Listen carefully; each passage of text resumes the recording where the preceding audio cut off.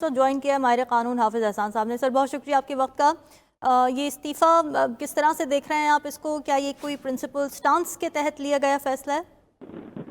बिस्मिल्लाहिर्रहमानिर्रहीम, आपका बहुत शुक्रिया कि आपने मौका दिया। आज जो रेजिग्नेशन दिया है, ये पिछले 2 दिन के अंदर दूसरा रेजिग्नेशन है जो एक सुप्रीम कोर्ट के जज साहब ने दिया है।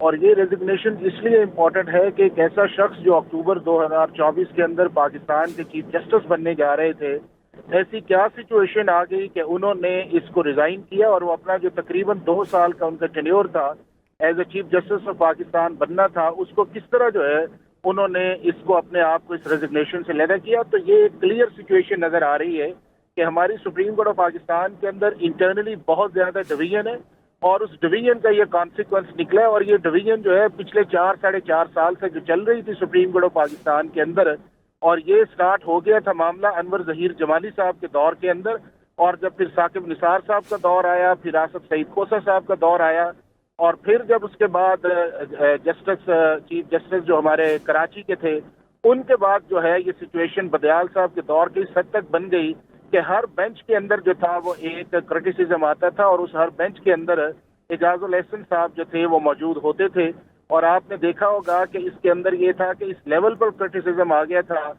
कि सुप्रीम कोर्ट के बाहर भी पॉलिटिकल पार्टीज जो थी वो आ गई और उन्होंने कहा कि हम इस बेंच को, ये इस कॉम्पोजिशन। तो ये एक जो पिछले 5-5.5 साल से सुप्रीम कोर्ट के अंदर चल रही थी, उसका एक क्लाइमेक्स जो है वो आपको नजर आ रहा है कि एक ऐसा शख्स जो है जो पाकिस्तान लाहौर हाई कोर्ट का चीफ जस्टिस भी रहे हो और पाकिस्तान के इंपॉर्टेंट केसेस के अंदर भी इन्वॉल्व रहे हो, और अभी रिसेंटली जो है वो एक जो बेंच प्रिजाइड किया था उन्होंने मिलिट्री कोर्ट्स का, उसके अंदर भी रहे हो। और मुझे उस वक्त भी थोड़ा सा आया था कि एक ऐसा शख्स जो सुप्रीम कोर्ट के इस बेंच को प्रिजाइड कर रहा है, लेकिन उसका ऑथर जज जो है वो जस्टिस मुनीब आए हैं। तो इसका मतलब ये है कि कुछ ना कुछ ऐसी चीज है कि जिसका रिजल्ट किसी तरफ और जा सकता है। और वही एक चीज ऐसी सामने आ गई है कि कल जस्टिस नकवी ने रिजाइन किया है, और नकवी साहब का तो सुप्रीम जुडिशल काउंसिल के अंदर मामला था और वो उन्होंने 2 वजह से किया। एक ये है कि उन्होंने मिसट्रस्ट किया, और दूसरा वो उसको फेस नहीं करना चाह रहे थे। और जब आप रिजाइन करते हैं तो ऑटोमेटिकली प्रोसीडिंग जो है वो ड्रॉप कर दी जाती है और आपको प्रोक्स एंड प्रिविलेज मिल जाते हैं। एजाजुल एहसन साहब के पास मुतलका भी एक कंप्लेंट आई थी जिसको ड्रॉप कर दिया गया था, और वो कोई ऐसी प्रोसीडिंग नहीं थी जो सुप्रीम जुडिशल काउंसिल के अंदर चली जाती। तो आज जो ये फैसला आया अनप्रेसिडेंटेड है। पाकिस्तान की हिस्ट्री के अंदर कोई चीफ जस्टिस बनने जा रहा हो, उसका रिजाइन जो करना है वो बहुत बड़े क्वेश्चन मार्क जो है खड़े करेगा। और आपको पता भी चलेगा कि हमारी सुप्रीम कोर्ट ऑफ पाकिस्तान जो है वो किस हद तक डिवाइडेड है, और उस डिवाइडेड के अंदर अगर यही टेम्पो इस चीज के अंदर रहा तो हमें और भी चीजें जो है वो फिर सुप्रीम कोर्ट ऑफ पाकिस्तान के अंदर नियर फ्यूचर के अंदर नजर आएंगी। जी हाफिज साहब, आप हमारे साथ रहिएगा। हमें ज्वाइन कर चुके हैं यासीन आज़ाद साहब, माहिर कानून है। यासीन साहब बहुत शुक्रिया वक्त देने का। यासीन साहब, एक सीनियर जज की जानिब से एक और इस्तीफा सामने आ गया है, जस्टिस एजाजुल एहसन ने इस्तीफा दे दिया, क्या कहेंगे आप? अरे एजाजुल एहसन साहब ने जो रिजाइन दिया उन्होंने इस्तीफा दिया, लेकिन कल मुज़ाहिर नकवी साहब के इस्तीफे के बाद एजाजुल एहसन साहब का इस्तीफा देना काफ़ी मीनिंगफुल है कि आखिर इसकी बैकग्राउंड क्या है। उनको अक्टूबर में चीफ जस्टिस ऑफ पाकिस्तान भी बनना था। तो जो सूरत हाल इस वक्त आई है, मुज़ाहिर नकवी साहब की बात तो समझ में आती है। उनका मामला सुप्रीम जुडिशल काउंसिल में पेंडिंग था और कल उन्होंने हाई कोर्ट सुप्रीम कोर्ट से स्टे लेने की कोशिश की। एजाजुल एहसन साहब अपना क्या नाम है एक सीनियर वकील को, मखसूम अली खान को उन्होंने इंगेज किया हुआ था, लेकिन इसके बावजूद वो उनको स्टे नहीं दिला सके। और कल ही आपने देखा होगा कि एक जजमेंट जो आया है ऑनरेबल सुप्रीम कोर्ट का जनाब परवेज मुशर्रफ के हवाले से, वो आप ये देख रहे हैं कि ये वो जज थे मुज़ाहिर नकवी साहब जिन्होंने मुशर्रफ साहब के सिलसिले में जो ट्रिब्यूनल बना था, जिसमें पेशावर हाई कोर्ट के जज बलूचिस्तान से और एक कराची से सिंध से थे। तो उस ट्रिब्यूनल ने सबको उन्होंने गैर कानूनी डिक्लेयर कर दिया था। तो उस जो ट्रिब्यूनल बना था वो ऑनरेबल सुप्रीम कोर्ट की मर्जी से बना था। तो माजी में ये बात तो दुरुस्त है कि हमारे कुछ जज साहिबान जो इस वक्त सुप्रीम कोर्ट में, जिनमें से 2 तो आज दूसरे ने भी रिजाइन कर दिया। माजी में ये बात तो एक थी कि एक ऐसी ग्रुपिंग सुप्रीम कोर्ट में सामने आई जो हमारे लिए को काफ़ी तकलीफ दे थी। उससे सुप्रीम कोर्ट के साथ बुरी तरह मुतासर भी हो रही थी। اور مجھے وہ وقت یاد ہے کہ پرویز الہی اور حمزہ کا جب معاملہ تھا، ہم سابقہ صدور سارے سپریم کورٹ میں گئے. بندیال صاحب سے ہم نے ریکویسٹ کی کہ آپ پہ انگلیاں اٹھ رہی ہیں، مہربانی کریں کہ ساز معاملات میں فل سپریم کورٹ بنائیں اور فل سپریم کورٹ بیٹھے اور وہ فیصلے کریں تاکہ سپریم کورٹ کی ساز پہ کسی قسم کی آنچ نہ آئے. لیکن ہماری بات کو کسی کو نہیں سنا گیا. اب بعض ججمنٹ جو ری وزٹ ہونے شروع ہوئے، اور کل آنریبل سپریم کورٹ نے جو پرویز مشرف کے حوالے سے ججمنٹ دیا، اس میں انہوں نے سینٹینس ڈیتھ سینٹینس کو مینٹین کیا. اور لوور ہائی کورٹ کا فیصلہ جو نظیر نقوی صاحب کی وجہ سے ہوا تھا، اس کو انہوں نے کل عدم قرار دے دیا. اور واقعی لوور ہائی کورٹ کو جورسڈکشن نہیں تھی. جب جنرل پرویز مشرف کو سزائے موت ہو گئی تو اس کی اپیل ہو سکتی تھی. لوور ہائی کورٹ کو کسی بھی حالت میں جورسڈکشن نہیں تھی. انہوں نے اپنے اختیارات کا مس یوز کیا تھا، جس کا الٹیمیٹ رزلٹ یہ نکلا کہ کل جو ججمنٹ آیا وہ ایسے وقت میں آیا جب نظیر نقوی صاحب نے بھی ریزائن کیا. اور ابھی جیسے کہ ابھی خبر جیسے چل رہی ہے آپ کے چینل میں، اس میں تو یہ ہے کہ اعجاز الحسن صاحب نے آج کے استعفا دیا. ان کی وجوہات کیا ہیں کیا نہیں ہے، لیکن حیرانگی مجھے ضرور ہوتی ہے کہ یہ سلسلہ مجھے لگتا ہے کہ یہاں تک نہیں رکے گا، تھوڑا اور آگے بڑھے گا. اور اگر اور آگے بڑھتا ہے تو وہ جو سپریم کورٹ میں ایک قسم کی زبردست قسم کی گروپنگ ہو گئی تھی. حالانکہ ہماری اپیکس باڈی ہے اور سب سے بڑی عدالت ہے، ہماری سب سے بڑی عدالت کے اندر گروپنگ تو ہمیں نظر نہیں آنی چاہیے. میں اپنے 47-48 سال کے پروفیشن میں پہلی دفعہ دیکھا تھا کہ آنریبل سپریم کورٹ میں ایسی گروپنگ آئی کہ چیف جسٹس اپنی مرضی کے بند کنسٹیٹیوٹ کرتے تھے، مرضی کے فیصلے دیتے تھے، جس سے سپریم کورٹ کی ساکھ پہ کو نقصان پہنچا تھا. اور آج آپ دیکھ لیں کہ جو کونسل ہے، کونسل نے غیر نقوی صاحب کا کیس ابھی بھی انہوں نے کہا ہم چلائیں گے، ہم کسی صورت میں اس معاملے کو نہیں چھوڑیں گے. اس حوالے سے اپڈیٹ کرے تھے. یاسین آزاد صاحب بھی ہمارے ساتھ موجود ہیں، ماہر قانون. سر اب ظاہر ہے یہ جو تبدیلیاں آ رہی ہیں ہم سب دیکھ رہے ہیں، لیکن اس کے ساتھ ہی جو مظاہر علی اکبر نقوی صاحب کی جو کیس کی بات ہو رہی تھی، اس کے اندر پریسیڈنس کیا ملتا ہے؟ کیونکہ اس پر بھی بات ہو رہی تھی کہ اگر ایک جج ریزائن کر دیتا ہے تو اس کے بعد جو ان کے خلاف کارروائی ہو رہی ہوتی ہے وہ رک جاتی ہے، مگر ایسا ہوا نہیں اور استعفیٰ دینے کے بعد بھی کارروائی جاری رہی ہے. کیا یہ پریسیڈنس ایسا ملتا ہے؟ ایسا ہوا ہے پہلے بھی؟ لیکن پہلی بات یہ ہے کہ میری اپنی پروفیشنل لائف میں نے یہ دیکھا ہے کہ آج دن تک آنریبل سپریم کورٹ کے جن لوگوں کے خلاف بھی ریفرنسز فائل ہوئے، کسی کے خلاف کوئی زیادہ کارروائی نہیں ہوئی. وہ ریٹائر ہو جاتے تھے، پریکٹس کر کے اس کو ڈسپوز آف کر دیتے تھے. زیادہ جھگڑا جسٹس فیض عیسیٰ صاحب والا معاملہ آیا، اور وہ فیض عیسیٰ صاحب نے جس طرح سے اپنی جنگ لڑی وہ دنیا کو پتہ ہے، میں ڈیٹیل میں نہیں جانا چاہتا. جی میں یہ کہتا ہوں کہ سپریم کورٹ جو ہے وہ ہمارا فائنل کورٹ ہے، اور فائنل کورٹ کے اندر اگر اس ٹائپ کی جو گروپنگ اس سے پہلے تھی، وہ گروپنگ ہمارے لیے انتہائی تکلیف دہ تھی، اور ہم عموماً کہتے تھے کہ اس سے سپریم کورٹ کی ساکھ خراب ہو رہی ہے. اب ہم یہ ایسے مانے یہ چیف جسٹس کے آنے کے بعد جو بعض ججمنٹ آئے ہیں، اس طرح لائف ڈسکوالیفیکیشن کا مثال کے طور پر میں دیتا ہوں کہ آپ نے میاں نواز شریف کو خالی اقامہ کے گراؤنڈ پہ زندگی بھر کے لیے نائل قرار دے دیا.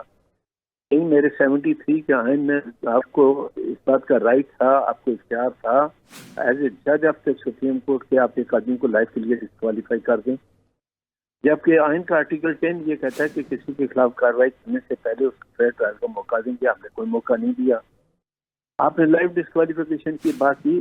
تو کیا موجودہ سپریم کورٹ جو ججمنٹ دے رہا ہے وہ ججمنٹ کیا سپریم کورٹ کی ساکھ بڑھا رہا ہے یا کم کر رہا ہے؟ میرے پوائنٹ آف ویو کے مطابق سپریم کورٹ اپنی کھوئی ساکھ کو بحال کرنے کی بھرپور قسم کی کوشش کر رہا ہے موجودہ ٹیم کے اندر. اب موجودہ ٹیم کے اندر جو لوگ پہلے سے بالکل 5-6 کا جو گروپ ایک الگ بنا ہوا تھا جی، وہ کسی سے ڈھکا چھپا نہیں تھا. اس وقت ہمارے بعض دوستوں کی سوچ بالکل ڈیفرنٹ تھی، ہم ان کو فیور کرتے تھے، بعض ان کے خلاف بات کرتے تھے. میں آج بھی کہتا ہوں، میں نہیں جانتا ہوں کہ اداروں کے عہد آتے جاتے ہیں. آج فیض عیسیٰ صاحب ہیں، کل مسعود علی شاہ صاحب بنیں گے، اس کے بعد کوئی اور بنے گا. آپ کو قانون اور آئین کے مطابق کام کرنا ہے. قانون اور اسپیشلی آنریبل سپریم کورٹ کے جو ججز ہیں وہ آئین کے مطابق کام کرتے ہیں، آئین کا حلف لیتے ہیں، آئین کی پاسداری کی کرتے ہیں. जी अगर सुप्रीम कोर्ट के अंदर हमारे जज साहिबान के दरमियान इस किस्म के खिलाफात सामने आते हैं तो पाकिस्तान के 24 करोड़ हमसे ये सवाल करने में आग बजानब है कि हमें ये बताएं कि हम इंसाफ लेने के लिए किसके पास जाए। पहली चीज ये आ जाती है। तो अब जब सुप्रीम कोर्ट की आप कल की बात देख लें, मैं एक बात कहता हूँ कि मसलन एक पार्टी को निशान का झगड़ा उसको पेशावर हाई कोर्ट में क्यों लेके गए? क्या इस्लामाबाद हाई कोर्ट नहीं था? क्या पिंडी हाई कोर्ट नहीं था? हम तलाश करते हैं कि कौन से कोर्ट में जाएंगे जहां हमें कोई रिलीफ मिलेगा। ये ट्रेंड आपको खत्म करना होगा। इस ट्रेंड से हमें क्या पाकिस्तान के 24 करोड़ आवाम को भी नुकसान है और हमारे जो इदारे उनकी स्टाफ को भी नुकसान पहुंचता है। यासीन साहब, जिस तरह मॉनिटरिंग जज के चुनाव पर एतराज़ किया है, आप क्या समझते हैं उसके चुनाव के लिए कानूनी तरीक़ाकार क्या है? और दूसरा एक परसेप्शन जो कि एक दरख्वास्त गुजार के जहन में अब उभरेगी जब अदालत उज़्मा से रुजू करेगा, उसे ख़त्म कैसे किया जा सकता है? और अब चीफ जस्टिस पाकिस्तान पर इस ज़िम्न में क्या जिम्मेदारी आयद होती है? देखें, राजा खालिद साहब ने ये बात बिल्कुल सही पॉइंट आउट की कि मेरी एज तकरीबन 75 हो रही है। 75 ईयर्स की एज में मैंने कभी भी ये नहीं देखा कि किसी का केस चल रहा हो, जेआईटी बने और जेआईटी किसी को डिस्क्वालीफाई कर दे। आपको पता है कि आसिफ सईद खोसा साहब ने और जैसे गुलजार ने वो जजमेंट जो है ना मियां नवाज शरीफ के खिलाफ दिया था और जेआईटी में 3 जज बाद में बैठे थे। तो ये बात तो हकीकत है कि मैंने अपनी ज़िंदगी में इस पाकिस्तान की तारीख में कभी भी ये नहीं देखा कि किसी आदमी के खिलाफ कोई केस बना हो, वो चल रहा हो और ऑनरेबल सुप्रीम कोर्ट उसका कोई जज मॉनिटरिंग जज हो और वो बाकायदा रिपोर्ट मांगे कि बताओ इस वक्त तक इसके खिलाफ क्या कार्रवाई हुई है। मैं कहता हूँ कि ये इंसाफ का सबसे बड़ा कत्ल था जो नहीं होना चाहिए था। और आज वही मियां नवाज शरीफ जिनको इंसाफ मिल रहा है कहते हैं जी अदालतें उसको साथ दे रही हैं। हमारा ट्रेंड बड़ा गलत बन गया है। अब सवाल ये पैदा होता है कि बंदयाल साहब के दौर में आप खुद देख रहे हैं कि क्या ये हकीकत नहीं है कि दुनिया जा कहती थी कि ये जो 3 जजेस का या 5 जजेस का बेंच बना है, ये जो है फैसला जो देगा पहले से लोगों को पता हो जाता था कि ये फैसला ये देंगे। इससे मेरे नज़दीक सुप्रीम कोर्ट की साख पूरी तरह से मुतासर हो रही थी। अब मैं ये कहता हूँ कि जिस तरह आज मज़ाहिर नकवी साख के मतलब हमारी काउंसिल में का इजलास हुआ और कल 11 बजे भी होगा, बहुत अच्छा पॉइंट है। अगर वाकई उनके खिलाफ सीरियस एलिगेशन है, काउंसिल कोई अगर कार्रवाई करती है और वो ये साबित हो जाता है, तो मैंने जब आज प्रिंट मीडिया में देखा कि इन जज साहब को लाखों रुपया पेंशन मिलेगी, ड्यूज मिलेंगे, 5 नौकर मिलेंगे, पेट्रोल मिलेगा। ये मुल्क माशी तौर पर जो तबाही बर्बादी के दाने पे खड़ा है, सोसाइटी में चंद लोगों को आप इतना देते हैं जिसका कोई हिसाब किताब ही नहीं है। जितनी पेंशन और जितने मराद हमारे जज साहिबान को है, इतनी शायद ही दुनिया में किसी को मिलती हो। हमारी दुनिया का बाद मुल्क है। लेकिन रिटायरमेंट के बाद जितनी फैसिलिटीज आप उनको दे रहे हैं, जिस तरह राजा खालिद साहब ने अभी डिटेल से हर चीज को बताया, मैं ये समझता मेरे लिए ये भी तकलीफ दे है। अब जो इस वक्त ऑनरेबल सुप्रीम कोर्ट की जो पोजीशन बनती हुई नजर आ रही है, मज़ाहिर नकवी साहब चले गए, जैसे तारिक मसूद साहब मेरे ख्याल में मार्च में रिटायर हो रहे हैं, एजाजुल हसन साहब ने आज रिजाइन दे दिया। मुझे नहीं पता कि एजाजुल हसन साहब के नक्शे कदम पे उनके बाकी साथी उनमें से कोई उनके साथ देता है या नहीं देता, ये तो आने वाला वक्त बताएगा। लेकिन इससे हम दुनिया को क्या मैसेज दे रहे हैं? हम क्या बता रहे हैं कि हमारे इदारे की कितनी बड़ी साख है? तो मैंने जैसे पहले कहा था, फिर रिपीट करता हूँ मैं जुमले को, कि हमारी जिम्मेदारी ये बनती है कि हम अपने इदारों को मजबूत करें। अफराद आते जाते हैं, इदारे मजबूत होने चाहिए। और इदारे का मजबूत होंगे कि हमारे आने वाला जो हेड बनता है कानून और आइन के मुताबिक चलेगा, तब जाके इदारे मजबूत होंगे। आप हर मसले को अपने अना का मसला बना लेंगे तो फिर मामला नहीं चलेंगे। तो जो इस वक्त सुप्रीम कोर्ट की सूरत हाल बनती हुई नजर आ रही है मुझे, वो मेरे लिए तकलीफ दे है।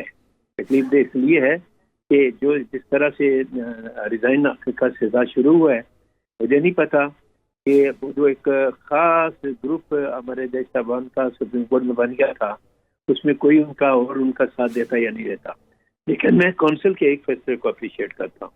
वो ये कहते हैं कि अगर ये साबित हो जाए कि जज वाकई मिसकंडक्ट के अंदर इन्वॉल्व है और वो इस्तीफा दे के रिटायरमेंट ले लेता है और पूरे बेनिफिट ले जाता है, تو جسٹس فیض عیسیٰ صاحب کی چیف جسٹس کی بات مجھے آج یہ پسند آئی کہ اگر یہ ثابت ہو جاتا ہے کہ یہ آدمی مسکنڈکٹ میں فعال کرتا ہے تو کونسل اپنی ایڈوائس پریزیڈنٹ آف پاکستان کو بھیجے گی کہ ان کو جو ریٹائر کیا گیا یہ ریٹائر سے ثابت نہ کیے جائیں، ان کو برطرف کیا جائے تاکہ ان کو کوئی براعت نہ ملے۔ اگر آپ نے ایک کے آدمی کے معاملے میں اس طرح کا کوئی سٹیپ لے لیا تو اس کا الٹیمیٹ رزلٹ کیا نکلے گا کہ آئندہ کوئی آدمی بھی کارروائی کرنے سے یا کوئی کسی چیز میں انوالو ہونے سے پہلے 100 دفعہ سوچے گا۔